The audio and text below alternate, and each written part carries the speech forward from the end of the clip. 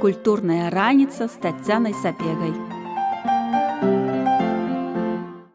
Сёлета мы адзначаем 420 гадоў з выдання знакамітай кнігі «Перегринацыя або паломніцтва у святую зямлю» Мікалая Кшыштафа Радзівіла-Сіроткі. Упершыню кніга была выдадзена ў 1601 годзе, пасля шматразова перавыдавалася на розных мовах. Мы прыехалі ў галоўную кніжніцу краіны, у Нацыянальную бібліятэку Беларусі, каб паглядзець старадрукі, выданні 17-18 стагоддзяў знакамітай перегринацыі. Але спачатку давайце дазнаемся, хто ж такі Мікалай Радзівіл-Сіротка. Пра гэта нам раскажа Павел Булаты, даследчык, кандыдат гістарычных навук. Мікалай Радзівіл-Сіротка. Напэўна, Мікалая Радзівіла-Сіротку можна назваць адным з самых знакамітых турыстаў часоў Вялікага княства Літоўскага. Гэта па-першае. Па-другое, Мікалай Радзівіл-Сіротка з'яўляецца бадай самым знакамітым прадстаўніком гэтага магнацкага роду. Канкурэнцыю яму складаюць хіба яго бацька Мікалай Радзівіл-Чорны або яго далёкі нашчадак Караль Станіслаў Радзівіл, паня Каханку. Мікалай Радзівіл-Сіротка паходзіць з даўняга магнацкага роду Радзівілаў, заможнага роду. Недарэмна іх называлі некаранаванымі каралямі Рэчы Паспалітай.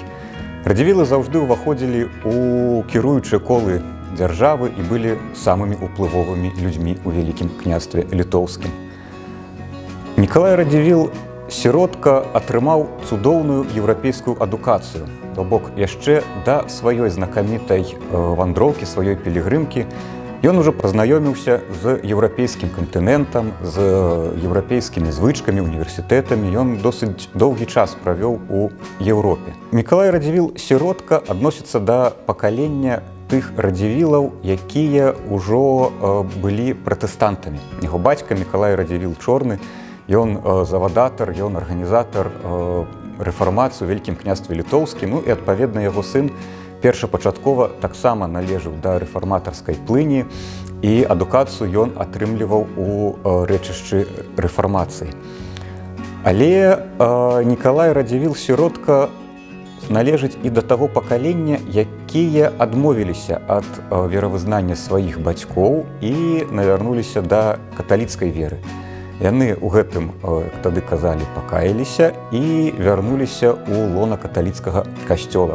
Напэўна, сустрэча з рымскім папам падштурхнула Мікалая Радзівіла-Сіротку да гэтага. Пасля смерці свайго бацькі Мікалай Радзівіл-Сіротка становіцца у главе роду Радзівілаў, займае вялікія і ўплывовыя пасады ў Вялікім княстве Літоўскім, і як сапраўдны патрыёт і сапраўдны шляхціч, магнат, ён удзельнічае ў вайсковым канфлікце. У той час на землях Вялікага княства Літоўскага палыхала Лівонская вайна з маскоўскай дзяржавай. І якраз такі на момант жыцця Мікалая Радзівіла-Сіроткі, з такога сталага жыцця, прыйшоўся вельмі такі значны канфлікт, значная вайсковая кампанія – гэта вызваленне Полацка. Войскі Стэфана Баторыя рушылі да Полацка, які ўжо быў досыць доўгі час знаходзіўся пад захопам маскоўскага цара Івана Жахлівага. І вось у гэтым вызваленчым, так бы мовіць, паходзе удзельнічаў Мікалай Радзівіл-Сіротка. Ён падчас гэтай кампаніі быў моцна паранены, і справа была паміж жыццём і смерцю. І вось, напэўна, падчас таго, як яго лекавалі ад ранаў, ён узносіў свае малітвы да Бога, ён прасіў абароны, ён прасіў ацалення, і Бог яго пачуў. У падзяку за сваё ацаленне ад ранаў Мікалай Радзівіл-Сіротка дае абет наведаць святую зямлю. Канешне, вайсковая кампанія моцна пашатала здароўе магната, і прайшоў пэўны час. Ён крыху падлікаваўся і ўсё ж такі вырашае здзейсніць тое, што ён абяцаў перад Богам. Ён збіраецца ў вандроўку. Як адзначалася, вандроўкі ў той час за межы Вялікага княства Літоўскага гэта была для магнатаў справа ўжо збольшага звычайная. Але вось у Мікалая Радзівіла Сіроткі вандроўка была адметная. Чаму адметная? Ну, па-першае, таму што гэта вандроўка ў досыць такі далёкі край, ад Вялікага княства Літоўскага да Іерусаліма, да Святой зямлі, да Егіпта трэба яшчэ было дабрацца. А па-другое, Мікалай Радзівіл Сіротка пакінуў пасля сваёй вандроўкі нататкі. Ён усё, што бачыў, запісаў. Ну, можна ўявіць, што гэта чалавек адукаваны, таму гэта не проста заметкі. Тут быў Мікалай Радзівіл, тут яго грунтоўны труд, грунтоўная праца, ён дасканала, як можна гэта сказаць, па узроўню навуковых ведах таго часу. Ён усё апісываў, занатоўваў, ён быў вельмі такі дасціпны, вельмі яго ўсё цікавіла, ўсё, што ён бачыў, і ўсе свае ўражанні, успаміны ён занатаваў, абагульніў і прадставіў пазней у кнізе. Гэта кніга стала для свайго часу, ды і на некалькі стагоддзяў наперад сапраўдным бестселерам. Як жа ён выправіўся ў вандроўку? Ну, зараз мы гэта называем візавыя фармальнасці, тады яны таксама былі. Адзначым, што вандроўка гэта адбывалася напрыканцы 16 стагоддзя, і там таксама былі пэўныя свае працэдуры. Па-першае, такому ўплывоваму магнату і дзяржаўнаму службоўцы, як Радзівіл, трэба было атрымаць дазвол караля. Ён выпраўляецца ў горадню да караля Стэфана Баторыя і просіць яго дазвол паехаць у Святую зямлю. Кароль, конечно, праявіў клопат і казаў Радзівілу, што як твоё там здароўе, ты ж быў паранены, можа, там ты не даедзеш і не вернешся, ты нам тут у Вялікім княстве патрэбны, але калі вырашыў ехаць, то едзь. Кароль дазволіў Мікалаю Радзівілу выехаць за мяжу. Але гэта яшчэ не ўсё. Да Святой зямлі яшчэ трэба было дабрацца. Спачатку Мікалай Радзівіл Сіротка прыязджае ў Венецыю. Венецыя ў канцы 16 стагоддзя была такім крупным лагістычным цэнтрам, як бы мы сёння казалі. Адтуль выплывалі караблі па Сярэдземным моры ва ўсе вядомыя куткі тагачаснага свету. І ў Венецыі, з Венецыі можна было выправіцца і на Святую зямлю. Але трапіць туды можна было з дабраслаўлення і з такім умоўным пашпартам рымскага папы. Мікалай Радзівіл Сіротка напісаў панціфіку, папрасіў, каб ён яму дазволіў. Панціфік даў сваё дабраслаўленне і ў падарунак Мікалаю Радзівілу Сіротку перадаў ружанец для таго, каб ён яго суправаджаў у дарозе. Трэба адзначыць, што паспяховай была другая спроба Мікалая Радзівіла Сіроткі выехаць на Святую зямлю. Першая спроба ў яго была неўдалай з-за пандэміі, якая ў той час бушавала у той частцы свету. Вельмі такія знаёмыя з нашым часам паралелі. Тады гэта было моравае паветра, і з-за яго Радзівіл не смог трапіць у Ізраіль, сучасны, тагачасныя уладанні асманаў. Вось. Але другая спроба была паспяховая. Мікалай Радзівіл выплыў з Венецыі на гандлёвых судах і такім чынам даплыў да Святой зямлі. Трэба сказаць, што магнат вандраваў не адзін. З ім былі паплечнікі, яго каманда, можна так сказаць, і ў ёй быў нават свой кухар. Наш магнат вандраваў не адзін, ён узяў з сабой свайго нясвіжскага кухара. Было у яго вялікая такая супольнасць спадарожнікаў. У Святой зямлі Мікалай Радзівіл Сіротка наведаў літаральна ўсе тыя месцы, якія апісаныя ў Новым запавеце. Ён пабываў і на Галгофе, ён пабываў і ў гроба Гасподняга, ён трапіў і ў Віфлеем. Карацей, пілігрымка была вельмі насычаная. Ва ўсіх месцах ён спыняўся, узносіў Богу малітвы, выконваў сваё абяцанне калісьці дадзенае падчас вайны. Усё, што ён бачыў, ён занатоўваў. Яго ўражваў побыт, яго ўражвалі мясцовыя жыхары. Это на той час Святая зямля знаходзілася пад такім арабскім уладаннем, і ўсё, што ён бачыў, ён стараўся запісаць і занатаваць. Вось. На святой зямлі ён прабыў досыць так шмат месяцаў. Ён, мы казалі, шмат паглядзеў. Конечно, на гэта трэба было шмат часу. Але ён не толькі глядзеў славутасці і наведваў святыя месцы, ён вывучаў побыт і набываў сабе там нейкія рэчы, якія потым прывёз у Вялікае княства Літоўскае. Калі ўжо збіраўся выпраўляцца Радзівіл дамоў, яго планы рэзка змяніліся. Раптоўна са святой зямлі ён, трэба адзначыць, ён збіраўся сухапутным шляхам дайсці да Канстанцінопаля, а адтуль ужо дабрацца да Вялікага княства Літоўскага. Але планы раптоўна змяніліся, ён рэзка разварочваецца на поўдзень і трапляе ў Егіпет. Егіпет для яго быў зусім такім іншым светам, іншай цывілізацыяй. Але, што цікава, калі ён на караблі падплыў да Егіпта і яго карабель увайшоў у рэчышча Ніла, першы Мікалай Радзівіл-сіротка пабачыў буслоў, такіх жа самых, як і ў яго родным Нясвіжы. І дасціпны магнат зрабіў такую сабе нататку, што вось, напэўна, яны ад нас, калі халодна, вылятаюць у даліну Ніла і тут пераносяць зіму. В прынцыпе, гэта такое добрае навуковае тлумачэнне, чаму ён там іх сустрэў. У далёкіх краях магната здзіўляла ўсё. Па-першае, яму было дзіўна, што на вуліцы такая спёка. Па-другое, яго здзіўлялі самыя розныя жывёлы. Дарэчы, жывёлаў, якіх ён сустракаў, ён стараўся і набыць, і прывезці ў Нясвіж дамоў. З некаторымі гэта атрымалася, ён прывёз цэлы звярынец са сваёй вандроўкі, але некаторыя падохлі па дарозе. Пра гэта ён адзначае, што, на жаль, некаторы з іх не смог прывезці. Найбольш усяго магната ўразілі бегемоты. Ён іх называў марскімі канямі, што яны такія страшныя, у іх такія пасці, што можа чалавечую голову раскусіць у момант.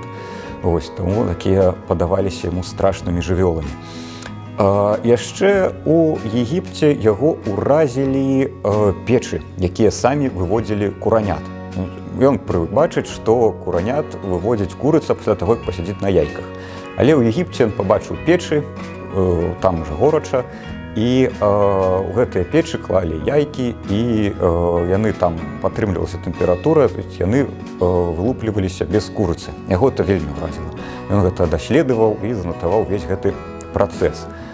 Зразумела, яму сустракаліся і дзіўныя людзі, ён пра гэта ўсё пісаў. Сам магнат, ён быў вельмі такі адданы вернік. І на ўсе справы, на ўсе з'явы ён глядзеў з пазіцыі хрысціяніна. І, канешне, шмат якіх звычаяў, шмат якіх завядзёнак, егіпецкіх і арабскіх, яму падаваліся дзікімі, таму што яны супярэчылі хрысціянскай маралі. Напрыклад, Радзівіл-сіротка вельмі так асуджаў мнагажонства. Ён не разумеў, як можна трымаць і жонак, і наложніц, і не разумеў, як скардзяцца яму тамтэйшыя магнаты, што яны баяцца ў адным пакоі пакідаць двух жонак, каб яны не забілі яго і не забілі адна адную. Таму такіх момантаў вельмі шмат. Але трэба адзначыць, што падчас усёй вандроўкі Радзівілу-сіротку сустракаліся свае людзі. Свае людзі — гэта значыць людзі з Вялікага княства Літоўскага. У асноўным гэта былі габрэі, якія з ВКЛ альбо з кароны пераязджалі ў той край. Ён пастаянна гэта адзначае, калі сустракаў кагосьці з землякоў. Таксама трэба адзначыць, што Мікалая Радзівіла-сіротку вельмі уразілі рынкі невольнікаў. Ён гэта падрабязна апісвае і, канешне, ён вельмі так з жалем, з сумам гэта адзначае ў сваіх нататках, што як можна людзьмі гандляваць, што гэта вельмі такія дзікунскія норавы. І адзначае, што еўрапейцам, хрысціянам, нельга з той краіны вывозіць нявольнікаў. Набываць сваім можна, а еўрапейцам, хрысціянам нельга. Напэўна, ён гэта адзначыў з тым жалем, што, напэўна, ён бы выкупіў колькі б мог людзей і вярнуў іх на радзіму ў еўрапейскую цывілізацыю, але гэта было нельга. Таксама з Егіпта нельга было вывозіць і мумій. Але тут Мікалай Радзівіл Сіротка пайшоў на хітрасць. Ён усё ж такі на рынку егіпецкім набыў некалькі мумій і палажыў іх у скрынку. Як і ў цяперашнія часы, ў даўнія часы былі мытныя нагляды, і мытнікам яны, каманда Радзівіла Сіроткі, адвлеклі мытнікаў, пачаставалі іх віном, і яны ў скрынках не заўважылі, што Мікалай Радзівіл вывозіць мумію. Аднак падчас таго, як яны вярталіся, на моры пачаўся шторм. А у маракоў, якія хадзілі з Егіпту ў Еўропу, было такое павер'е. Калі ёсць некая мумія альбо штосьці мёртвае на караблі, то немінуча карабль пачне ісці ка дну, ён трапіць у некае няшчасце. Мікалай Радзівіл Сіротка не быў суеверны чалавек, але ўсё ж такі мумію выкінуў падчас шторму, каб быў супакой на караблі. Таму, на жаль, такі сувенір ён у свой нясвіж не прывёз. Але Радзівіл паспяхова вярнуўся са сваімі ўражаннямі, усё занатаваў, прывёз звярынец, напэўна, шмат іншых рэчаў, бо ён апісвае, што вёз вельмі шмат скрынак са святой зямлі і з Егіпту, і гэта ўсё змяшчалася ў нясвіжы. Мікалай Радзівіл Сіротка, як чалавек свайго часу, гэта ўсё ж такі ўжо чалавек эпохі Рэнесансу, ён быў досыць такіх шырокіх перадавых поглядаў, і ўсе свае ўражанні, успаміны ён занатаваў у дзённіку. Трэба адзначыць, што гэты дзённік, гэта яго апісанне пілігрымкі, у фармаце лістоў. І гэтыя лісты вельмі цікавае чытанне. Нават зараз можна іх адкрываць, чытаць і сачыць, як ён праходзіў гэты далёкі шлях. Сапраўды ён зрабіў вельмі вялікую пілігрымку. Ён з нясвіжа, пакуль даехаў да Венецыі, трапіў на святую зямлю, потым у Егіпет, потым вярнуўся назад. У яго гэта заняло досыць шмат месяцаў. Мікалай Радзівіл Сіротка паспяхова вярнуўся, все свае ўражанні занатаваў, выдаў кнігу, і дзякуючы гэтаму і яго землякі, і яго нашчадкі, і мы можам вачамі літоўскага магната канца 16 стагоддзя паглядзець на тагачасны свет. Паломніцтва з Нясвіжа ў Іерусалім у 16 стагоддзі гэта, безумоўна, вельмі складаная і небяспечная вандроўка. 2 гады Мікалай Кшыштаф Радзівіл Сіротка вандраваў, даехаў да гроба Гасподняга і паспяхова вярнуўся ў Нясвіж. Па прыездзе ён напісаў рукапіс і апісаў свае падарожжы, вандроўкі, уражанні, прыгоды. Ён пісаў на польскай мове, а пасля перадаў рукапіс свайму сябру, вядомаму філолагу, паэту, перакладчыку Томашу Трэтару для перакладу рукапіса на лаціну і падрыхтоўкі да выдання. У 1601 годзе выйшла ў свет першае выданне знакамітай перэгрынацыі у горадзе Брандербурзе, сёння Бранева. У 17-18 стагоддзях знакамітая перэгрынацыя альбо паломніцтва ў святую зямлю Радзівіла Сіроткі неаднаразова перавыдавалася на лацінскай, польскай, нямецкай і рускай мовах. У фондзе Нацыянальнай бібліятэкі Беларусі захоўваецца першае кракаўскае выданне 1607 года, а таксама апошняе кракаўскае выданне 1745 года з гравіравальным партрэтам Радзівіла Сіроткі. Адно з найбольш цікавых выданняў перэгрынацыі гэта другое лацінамоўнае выданне, выдадзенае ў 1614 годзе у Антверпене.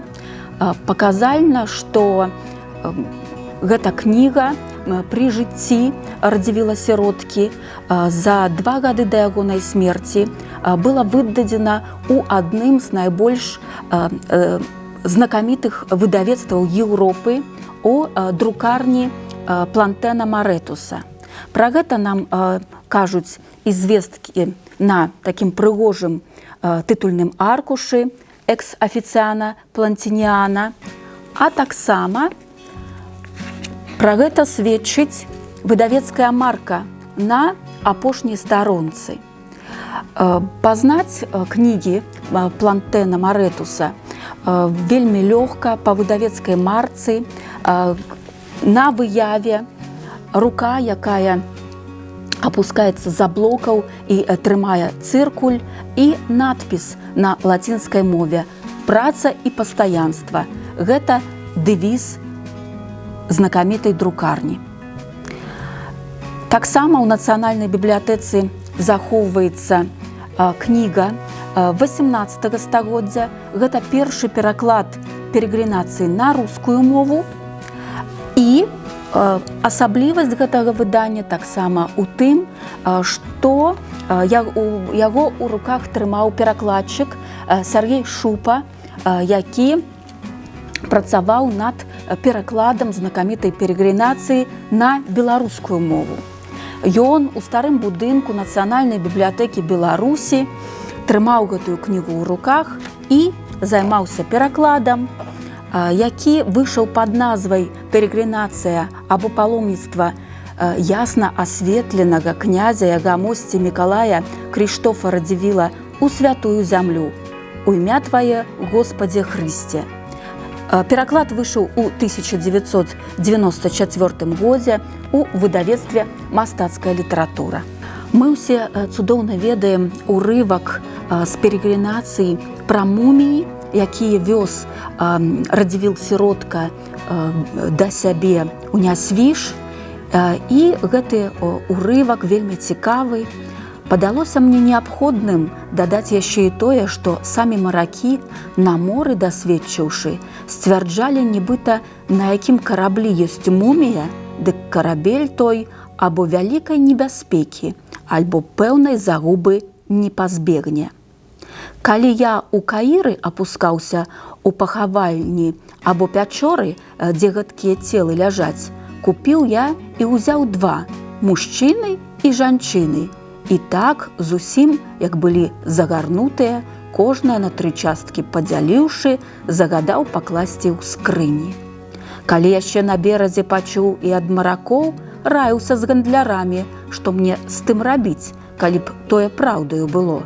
Некаторыя лічылі гэта таксама, як і маракі, іншыя ж казалі, што гэта ўсё плёткі, апавядаючы, што яны самі часта муміі праз мора возяць і цэлыя прыязджаюць. І так вырашыў я узяць з сабою тыя целы, каб у Еўропе паказаць, што там пра іх скажуць, бо я зусім ніколі не бачыў, каб іх да нас калі прывозілі. Але не давёз Радзівіл Сіротка да Нясвіжа муміі. І пра гэта чытайце у творы «Перегринацыя». Культурная раніца з Таццянай Сапегай.